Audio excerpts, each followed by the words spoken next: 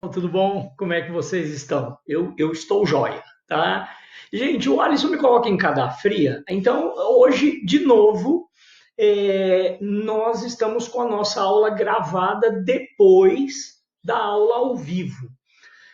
Então, eu vou torcer aqui para que a gente consiga cumprir aí o cronograma que eu imagino que, né, da aula ao vivo. Mas, né, então, bom, vai dar certo, vai dar certo. Então, se tudo deu certo, então, nós conseguimos fechar a parte da questão política, né? Nós falamos a respeito da estrutura política do segundo reinado e agora nós temos que falar um pouco a respeito da economia, das transformações econômicas que marcam aí o período do segundo reinado, que é um período muito extenso, né, gente? É um período que vai de 1830, desculpa, um período que vai de 1840 até 1889, né? Então, muita água passou aí por debaixo da ponte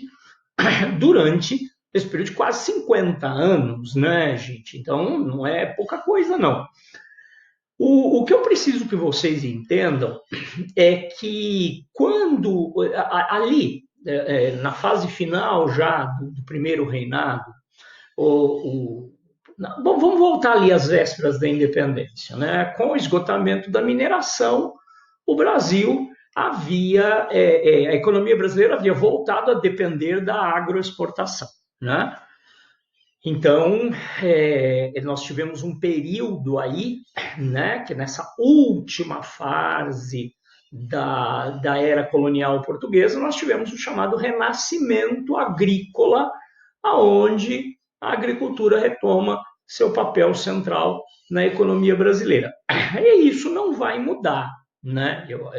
Inclusive, o modo de se produzir a agricultura, que foi essencial até mesmo para a maneira como foi conduzido o processo de independência, né? A maneira como foi conduzido todo o processo, porque a maneira, a independência, onde a elite brasileira se reuniu em torno de um príncipe português, né?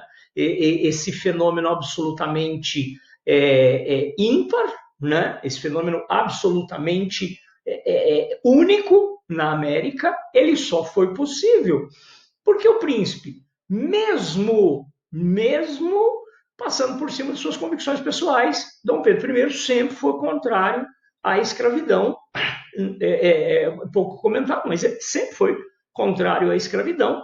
Mas ele vai engolir suas convicções pessoais em favor da unidade nacional, né? Uma vez que a escravidão estava presente em todo o território brasileiro.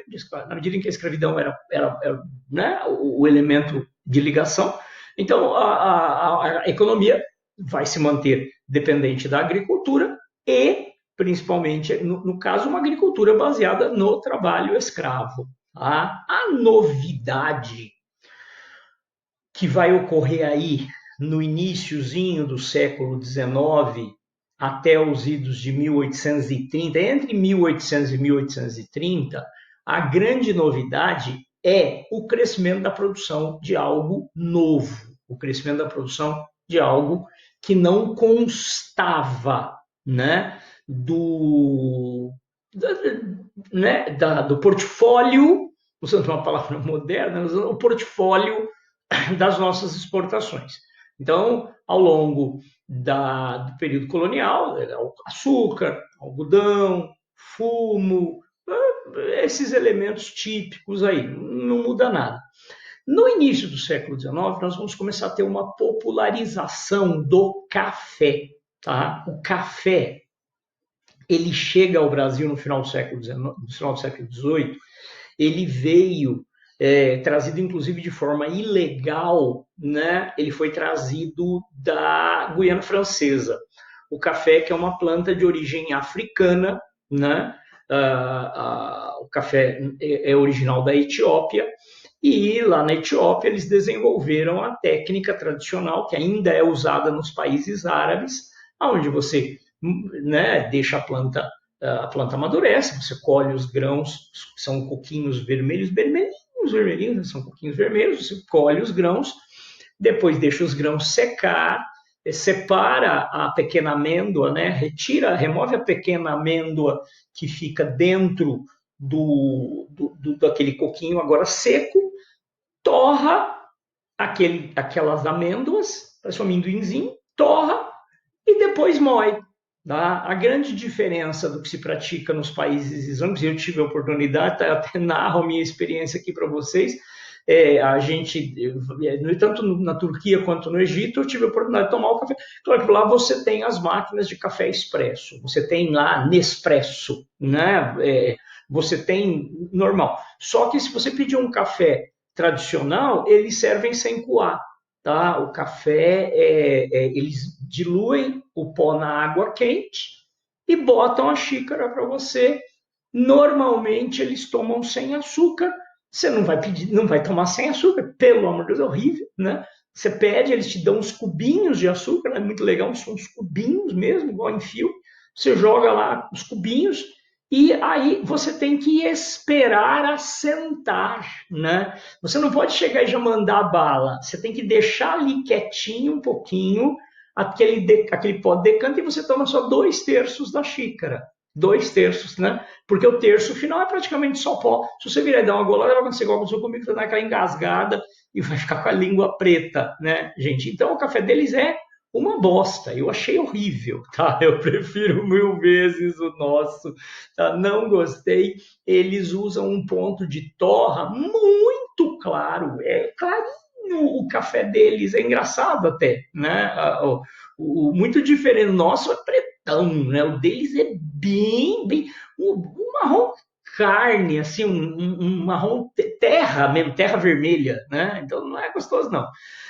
Seja como for, meninos, então o café começa a ter um processo de popularização no início do século XIX, vence barreiras na Europa e principalmente começa a ter maior consumo nos Estados Unidos. Em 1812, teve lá nos Estados Unidos aquilo que eles chamam de Segunda Guerra de Independência. Os Estados Unidos e a Inglaterra entraram em guerra de novo, contra uma série de problemas envolvendo lá questões das guerras napoleônicas, e a Inglaterra era o controlador mundial da produção de chá na Ásia, né? E os colonos ingleses consumiam muito chá, porque eram, né, os cidadãos lá dos Estados Unidos consumiam muito chá, porque eram de descendência inglesa.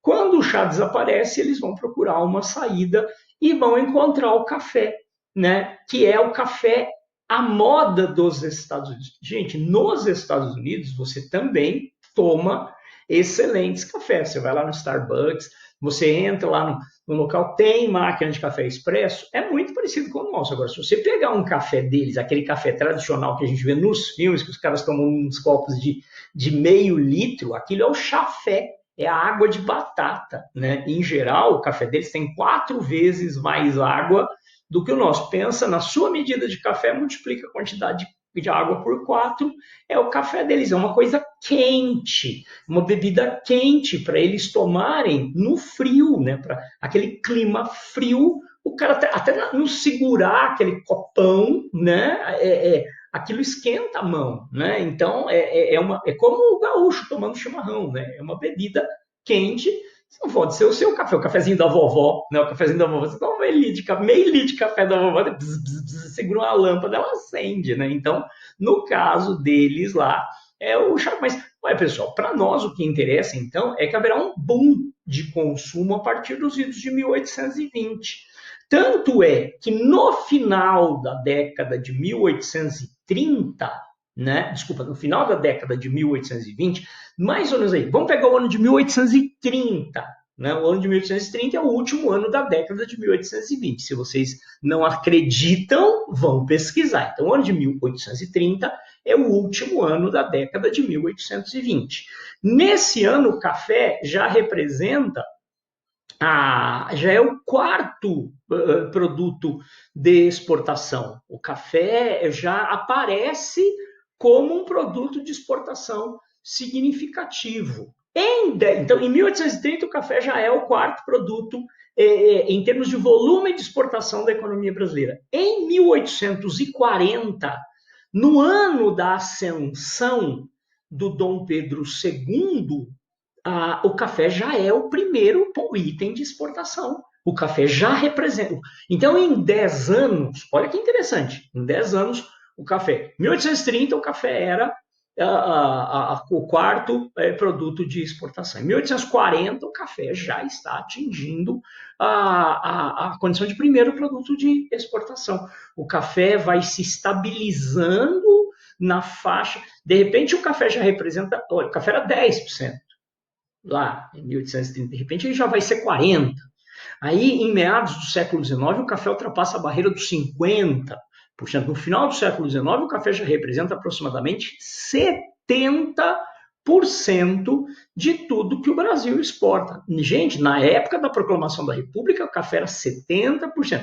No momento da independência, o café representa 10% daquilo que o Brasil exporta. No momento da proclamação da República, 70%. Então, imaginem como se dá essa expansão. O segundo reinado, o período regencial também, mas o segundo reinado é inteiramente marcado por um processo conhecido como expansão cafeeira, tá, gente? E é graças ao café, diga-se de passagem, que o segundo reinado viverá um período de estabilidade. Tá? O segundo reinado viverá um período de estabilidade econômica, coisa que não conseguiu ter durante o primeiro. Né? Durante o primeiro reinado, a economia ia mal, Dom Pedro I gastava muito, agora com Dom Pedro II, a coisa vai se organizar, principalmente graças às rendas geradas pelo café. Agora, há uma importância muito significativa. O café, quando ele entra no Brasil, o primeiro lugar em que o café foi plantado no Brasil foi no Pará. Lembrando que o Amazonas não existiu, o Amazonas era parte do Pará, tá? Era o Grão-Pará. O primeiro lugar em que o café foi plantado foi no Pará, como algo exótico, era uma planta exótica. As pessoas plantavam nos jardins das próprias casas. E o café, quando amadurava, quando alguém queria provar, eles produziam ele de maneira bastante artesanal, né? Uma coisa bem simples. Da região do Pará, ele se espalha para o Nordeste, aonde continua sendo produzido em pequena escala, apenas no máximo, aí, estourando para consumo próprio, tá? Lembrando que até essa época, olha aqui, gente, isso é fantástico, até essa época não se falava no café da manhã, tá? Café da manhã é uma expressão recente. Você tomou o seu café da manhã? Tomei. E o que você tomou de café da manhã? Leite com Toddy e pão. Onde tem café nessa porra? Ovos com bacon e suco de laranja. Resto de pizza com Coca-Cola. Onde tem café nisso, né? Então, essa expressão café da manhã é uma expressão recente. O pessoal usava-se naquela época a expressão portuguesa, pequeno almoço. Pequeno almoço. Aí vamos tomar um pequeno almoço, tá? Então, em Portugal, até hoje, a expressão é pequeno almoço, né? Em inglês, melhor ainda, né? Breakfast, quebrar a fome. Vamos, o que você tomou de quebra-fome hoje? Né? É legal, são legais essas expressões. Em espanhol também. É pequeno almuerzo, né? As expressões. Então, café da manhã é um negócio recente, né? Pelo simples fato de que não tinha café na mesa de ninguém até o início do século XIX, quando o café chega no Rio de Janeiro. Chega no Rio de Janeiro é mais ou menos na mesma época que está havendo um aumento significativo de preço no mercado internacional. Então, junta a fome com vontade de comer. Porque quando o café chega na região sudeste, eu não conheço a história do café no Espírito Santo, mas deve ser igual foi lá no Rio de Janeiro, tá? O café chega numa região onde a produção de cana-de-açúcar era relativamente fraca, onde não era algo tão intenso quanto no Nordeste, né? Então você tinha disponibilidade de terras, e principalmente na região sudeste do Brasil, o clima era ideal. O café, principalmente aqui, né, porque hoje você já teve muito melhoramento genético, né? Mas nessa época, lá no início do século XIX, o café ele tinha uma certa dificuldade de se adaptar aqueles climas tórridos, né? No norte, nordeste, extremamente quente, não era um clima perfeitamente adequado. Quando ele chega no sudeste, a coisa aí ele se adequa. Então, o café, a explosão da produção cafeira no Brasil entre 1830 e 1840, e ao longo da década de 1830, é quando ele vai chegar no Rio de Janeiro e se espalhar até o Vale do Paraíba paulista. Vale do Paraíba.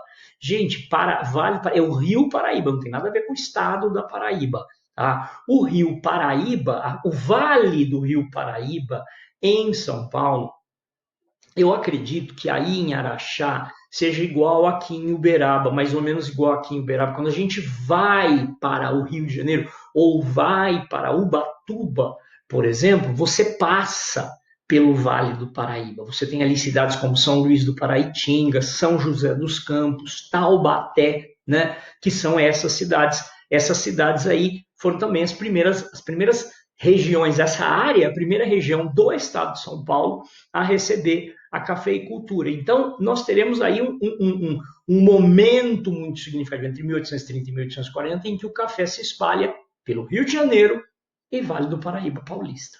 Tá? Sendo que a região onde você tinha maior volume de produção, onde a produção, assim, era o pico de produção era em torno da cidade carioca de Vassouras. A cidade de Vassouras era, então, a capital brasileira do café. E graças aos recursos extraídos da cafeicultura, maravilha, haverá um equilíbrio financeiro que não se via há muito tempo, que não se via desde a independência. Tá? Aqui um aspecto interessante: como era produzido o café? Gente, exatamente o mesmo sistema que se usava no Nordeste. Tá? Então, não havia nenhuma, praticamente, essa plantation, aquele plantation à brasileira que a gente conversou. Oh, gente, que saudade que a gente conversou sobre isso nas nossas primeiras aulas, né? A gente conversou sobre isso quando a gente ainda estava tendo aula. Saudade de vocês, meus queridos. Meus pimpolhos e minhas pimpolhas, né? Eu estava falando, então, a produção era aquele sistema de plantation a brasileiro, latifúndio escravista, né? Onde você tem monocultura, trabalho escravo, produção voltada para o mercado externo, né? Latifúndio, monocultura, trabalho escravo, produção voltada para o mercado externo, os 4 pilares fundamentais da agricultura do açúcar no Nordeste. Você replica o sistema aqui, né, no Sudeste. Uma curiosidade, meninos, isso já foi alvo de questão, então é bom a gente ficar esperto, porque esse é um tema que foi pouco estudado até agora. Agora que estão estudando. Vocês sabem que essa época da escravidão, na medida em que o açúcar perde importância, né, cai o preço do açúcar no mercado internacional, a escravidão dava sintomas de esgotamento na região nordeste do Brasil, por conta do declínio econômico. De repente, quando você começa a ter a expansão cafeeira, você tem uma nova onda de importações. Então, as importações de escravos, o tráfico negro, já nessa fase final, onde ele está sendo proibido pelas grandes potências europeias, onde você já tem a Inglaterra contra a escravidão, a Inglaterra pressionando, inclusive para o reconhecimento da independência, a Inglaterra exigiu o fim do tráfico negreiro. Nos tratados de 1810, quando a Inglaterra pressiona o Dom João, ela já impõe ao Dom João que ele decretasse a proibição do tráfico negreiro. Proibiu, mas não cumpriu. É interessante que lá em 1810 é quando nasce a expressão para inglês ver. Essa expressão, eu não sei se vocês usam isso é uma expressão antiga, mas eu me lembro bem de ter ouvido minha mãe usava muito para inglês ver, né? Porque o Dom João VI, lá em 1810, ele amplia a fiscalização nos portos, mas os fiscais eram instruídos a não interferir com o tráfico. Então, nossa, tá cheio de polícia aqui, né? É só para inglês ver, né? Quer dizer, não é papo furado, tá? Então, para reconhecer a independência em 1825, a Inglaterra exige que o Brasil ratifique a proibição do tráfico. Tá bom, ótimo, beleza, não toma providência nenhuma. Então, na realidade, meninos, esse período aqui é o período da nova era da escravidão. É a segunda vida da escravidão no Brasil. E é interessante, pessoal, porque a vida do escravo vai piorar sensivelmente, acreditem vocês ou não. Tá? Na medida em que a Revolução Industrial está em pleno andamento, tá? O que acontece? Lá no Nordeste açucareiro, como é que era no século XVI, no século XVII? Como é que era a produção? O escravo trabalhava para cacete? Muito. O escravo trabalhava muito, mas era do nascimento ao pôr do sol. Então o escravo trabalhava do nascimento ao pôr do sol. Porque, óbvio, né? Como lá na Idade Média, o servo medieval, como lá o escravo na Roma Antiga, não tinha luz. Agora, com a Revolução Industrial, é maravilhoso, começam a chegar os lampiões, os belos lampiões ingleses, tá? Lampião a querosene, lampião a gás, esses lampiões, eles tinham um poder de iluminação muito maior do que qualquer coisa vista até então. Então, graças ao uso dos lampiões, os escravos serão obrigados a trabalhar num turno da noite. Eles vão continuar acordando de madrugadinha, quando o sol está nascendo, mas agora vão dormir bem mais tarde, graças ao uso de iluminação artificial. Olha aí a tecnologia a serviço de fuder o homem, né? É isso aí, a tecnologia dando passos largos para nos mandar para o inferno. Mas é isso aí, essa segunda era de escravidão é pior ainda. O escravo que trabalha na cafeicultura é pior, é mais sofrido do que o que trabalha no Nordeste açucareiro. Tá, pessoal? Então, são aspectos interessantes, mas a produção basicamente é do mesmo jeito que no Nordeste. E isso vai gerar um problema. Mais ou menos na época em que o Dom Pedro I subiu ao na época em que o Dom Pedro II subiu ao poder, ele sobe ao poder em 1840. Entre 1842 e 1843, isso é até interessante quando você olha o gráfico da produção de café. Eu tenho acesso ao gráfico, mas é a cada 10 anos. Tá? O café deu uma estagnada e até mesmo uma pequena caída na década de 1840. Por quê? Porque os caras esgotaram os solos no Rio de Janeiro, no Vale do Paraíba. Tá? Você sabe o que aconteceu? Não havia técnica. Técnica agrícola era uma coisa assim do homem das cavernas mesmo. Eles plantavam café quase do mesmo jeito que o índio plantava mandioca lá no período anterior à colonização. Eles plantavam no solo e paz, esperava Deus mandar a chuva. Ótimo. A questão é que era exatamente como se fazia com a cana-de-açúcar no Nordeste. Só que no Nordeste o terreno era plano. No Rio de Janeiro e no Vale do Paraíba, Paulista, justamente nas áreas onde você vai ter mais produção cafeeira, você tem uma região onde o solo é muito irregular. Não sei dizer para você se é uma região serrana, não dá para dizer que é uma região, mas é uma região que tem sim muito morro. E os caras, na época lá, não conheciam absolutamente nenhuma técnica para combater a erosão, a lixiviação, não conheciam o sistema de, como é que a gente chama? Curva de nível, desconheciam o sistema de curva de nível e vão plantar do jeito que seus avós plantavam cana-de-açúcar. Resultado, chove, lixiviação, que é a lavagem dos nutrientes que estão na cobertura do solo, a planta começa a ficar com a raiz exposta, né? A planta está no morro, assim, aquela raiz, com aquele pelinho da raiz começa a ficar exposto.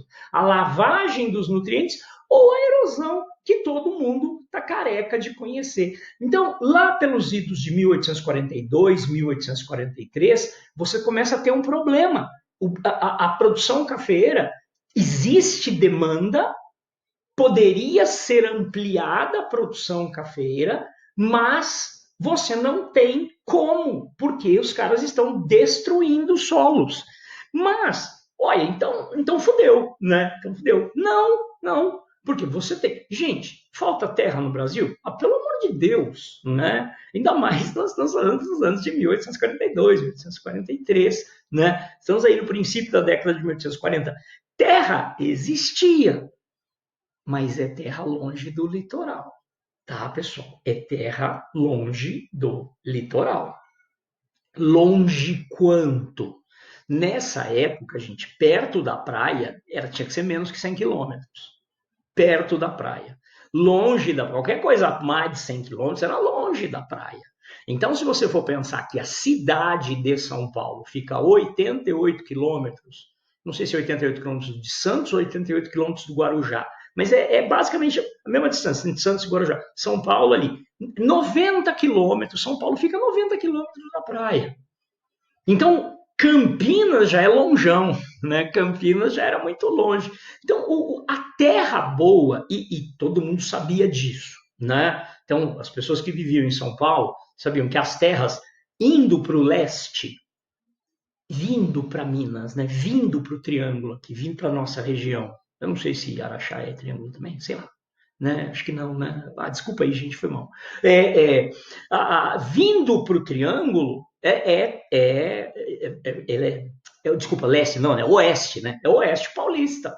Tá? Então eles sabiam que a terra era de alta qualidade, as terras eram de alta qualidade na região do oeste paulista. Então, saindo de São Paulo na direção de Campinas até chegar em Igarapava, as terras eram excelentes. Essas terras, inclusive, elas tinham um tom muito vermelho, né? Da cor do café turco, né? Eram terras muito vermelhas. Os imigrantes italianos, quando chegaram ao Brasil, eles olhavam para essa terra e falavam terra rossa, terra vermelha. Aí os brasileiros, é mesmo, terra roxa. Então, a verdade, a expressão terra roxa era muito comum. Quando eu era criança, a gente falava nisso, né? Terra roxa. Até ficou pensando, mas não é roxa. É porque é do original italiano rossa. Tá? Então, é terra vermelha. O pessoal falava terra roxa. Tá? Roxo para mim é outra coisa, mas eu não vou entrar em detalhe, tá? Então, essas terras eram de excelente qualidade, só que tem um problema, tá? Como você tem uma distância significativa, vamos pensar, aqui em Uberaba, nós estamos a 550 quilômetros de São Paulo. Então, pensando em termos de litoral, eu até já pesquisei isso, porque todo feriado eu procuro ir para a praia. Realmente, a cidade mais próxima de Uberaba para você curtir uma praia legalzinha é o Guarujá. Então, você tem que botar 550 mais 90 quilômetros. Então, são 640 quilômetros de Uberaba. Tá? Então, imaginem, pessoal, como é que você vai plantar café nessa região?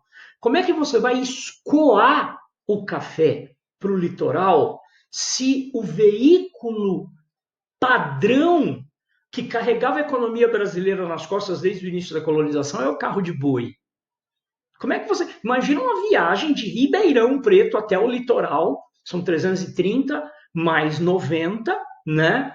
Dá 420 quilômetros em carro de boi, levando sacas e sacas de café. Né? Então, a ideia da ocupação do Oeste Paulista, ela envolvia a necessidade de investimentos. Havia uma necessidade de investir para colonizar. Então, há terras disponíveis para uma expansão cafeeira para além do litoral, para além do Rio de Janeiro e Oeste Paulista e Vale do Paraíba Paulista? Sim, é só avançar na direção do interior, bora no sentido de São Paulo e Garapava, né? O problema é que não havia naquele momento uma infraestrutura que permitisse você leva... Aquilo era tudo terra virgem, aquilo era tudo floresta. Em 1840, o interior de São Paulo era tudo floresta. Então, como é que você vai? Você vai precisar de recursos para iniciar a produção de café nessas novas áreas. E essa necessidade, meninos, essa necessidade de modernização vai provocar uma revolução na nossa economia, tá? Então entendam que a solução que será encontrada para que você possa ocupar as regiões do Oeste Paulista passa necessariamente pela extinção do tráfico negreiro. A gente vai ter que fazer essa conexão entre a expansão cafeeira e o fim do tráfico negreiro. E, consequentemente, uma mudança drástica nos rumos da economia. Tá? Então, se até 1800, se até a chegada do Dom Pedro II ao poder, você não tem praticamente mudança significativa nenhuma, agora você vai começar a ter uma necessidade de mudança. E essas mudanças forçadas para a economia vão acabar tendo graves consequências políticas, mas isso a gente fala na semana que vem, gente. Ó, muita saudade de vocês, viu? Muitos beijos e até a nossa próxima aula. Valeu!